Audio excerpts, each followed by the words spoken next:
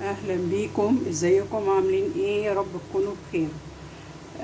الفيديو بتاع النهارده ان شاء الله للناس اللي بتعمل دايت، او الناس اللي عندها اللي هي بيبقى عندهم تحسس من الدقيق الابيض ده. يا جماعه قراقيش بدقيق القمح الكامل، دقيق الحبه الكامله، اكيد حضراتكم عارفينه، مش الدقيق الابيض، عشان كده تلاقوها هي غامقه شويه.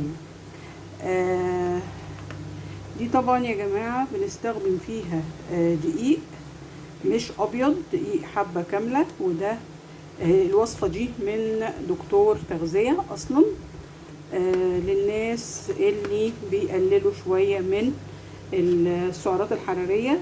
فطبعا حضراتكم عارفين ان الدقيق الابيض سعراته الحرارية عالية جدا، وكمان الفوائد بتاعته متاخدة في الطحن والردة اللي طلعت والقشور والحاجات دي كلها. لكن ده الدقيق بتاعنا ده محتفظ بكل العناصر الغذائية فيه، فده افيد كتير جدا جدا. عملنا منه رقيش، ممكن تاخد منها او تاخدي منها 2 مع كوباية شاي بلبن، وصحية جدا جدا جدا، وطعمها كمان جميل ومميز.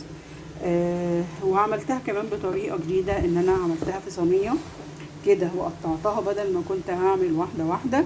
وكمان عملت منها زي قرص برضو، علشان الناس اللي بتحب تاكل قرص هشة وجميلة جدا جدا جدا.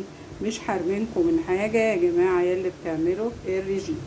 يا ريت اللي اول مرة يشوفني يشترك في القناة ويفعل الجرس علشان يوصل لكم كل جديد. ويا ريت تصلوا على الرسول الكريم عليه افضل الصلاة والسلام. وعايزة اوريكم الطريقة والمقادير، بس بعد ما اوريكم الصينية اللي في الفرن دي يا حبايبي. انا حطيت برضو فيها عجوة عشان نرضي جميع الاذواق. متقولكوش بقى الحر اللي احنا فيه اللهم قنا حر نار جهنم. يلا بينا على المقادير والطريقة عشان كمان اوريكم شكل الكيس بتاع الدقيق. خليكم معايا، تعالوا بينا نسمي الله ونشوف الطريقة ونشوف الدقيق اللي احنا هنستخدمه المرة دي شكله ايه. بصوا يا جماعة، الدقيق ده دقيق، بصوا مكتوب ايه، دقيق قمح كامل دايت. احنا النهاردة يعني نعتبر عاملين وصفة للناس اللي بيقللوا الاكل شوية، او اللي يعني بيتحسسوا من الدقيق الابيض. ده الدقيق الاصلي قبل ما يعملوا فيه اي عمليات. بصوا شكله ازاي، اسمه دقيق القمح الكامل او الحبة الكاملة. بيختلف عن الدقيق الابيض. ده فيه كمية الياف اعلى، قيمته الغذائية اعلى، تأثيراته على القولون والمعدة والحاجات دي اقل من الدقيق التاني. اكيد حضراتكم طبعا متابعين المواضيع اللي بتتقال عن الدقيق الابيض وازاي ان احنا نقلل منه وكده. فاحنا هنعمل القراقيش دي بالدقيق ده. يلا بينا نشوف هنعمل ايه. هنحط اهو ده كيلو دقيق الحبة الكاملة، وادي الكيس عشان حضراتكم تبقوا عارفينه اهو.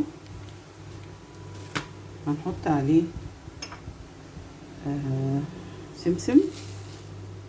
سمسم طبعا قيمة غذائية عالية جدا.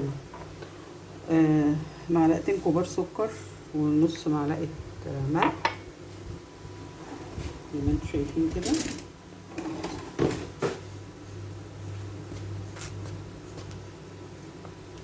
وهنحط الخميرة الفورية بتاعتنا حوالي معلقة ونص كده كبيرة، معلقة ونص كده بس. وهنحط كمان كيس بيكنج باودر علشان تبقى هشة ما تبقاش مكتومة. طبعا واخدين بالكم ان الدقيق اصلا هيبقى تقيل يعني شوية، مش هيبقى خفيف قوي، يعني حتة صغيرة منها هتشبع. تمام، احنا كده حطينا تقريبا المكونات الجافة هنبدأ نحط المكونات السايلة. المقادير بقى بتاعتنا هنحط تقريبا كده كوباية زيت على سمنة. الناس اللي هتحط زيت بس ماشي، يعني الدكتور اللي قال الوصفة دي على فكرة قال فيها زيت، يعني عملها بزيت كمان. الدقيق اللي هو القمح الكامل ده يعني بيظبط شوية السعرات الحرارية. السعرات الحرارية بقى من المادة الدهنية مش هتبقى كتيرة قوي زي ما يكون الدقيق أبيض. بس هنبسه بقى كويس ونعجنها وهوريها لحضراتكم. على فكرة هنعجنها إما باللبن الرايب أهو، عندنا لبن رايب برضو فيه قطع كده من يعني زي رايب تمام. في قطع زبدة كمان كنت أنا عندي قشطة وطلعت منها الخض بتاعها دون، فهنعجن بيه ان شاء الله. هعجن بقى واظبطها واوريها لحضراتكم. انا بس حبيت اوريكم شكل الدقيق وهوريها بقى لحضراتكم بعد كده.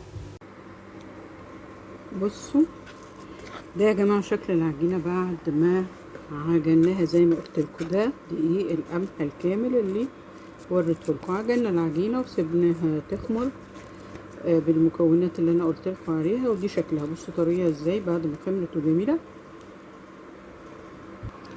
هنبدأ بقى نشكل الرقايش بتاعتنا بطريقة اسهل من ان احنا نقعد نعملها واحدة واحدة والكلام ده. دي طريقة جديدة انا شفتها وحبيت اشاركها لحضراتكم. بناخد حتة عجينة ونفردها في الصينية بتاعتنا كده بسمك يعني بالكتير قوي 1 سنتي 1.5 سنتي، ونفردها. شايفين اهي من بعيد هوريها لكم اهي. اهي دي الصينية اهي، وانا ايه بفردها على مقاس الصينية، ولو مكفتش بنجيب حتة عجينة تاني. الطريقة دي اسهل في تشكيل القراقيش بدل ما نقعد نعمل واحدة واحدة وكده. هوريكم لحد الاخر هنعمل فيها ايه، هظبطها وبوريها لكم. وهنا شكلنا شكلين تاني على هيئة قرص عادية اهي، ودي حطينا فيها قطعة عجوة برضو علشان اللي بيحب العجوة بس. وهندخلهم بقى ان شاء الله الفرن وبوريهم لحضراتكم.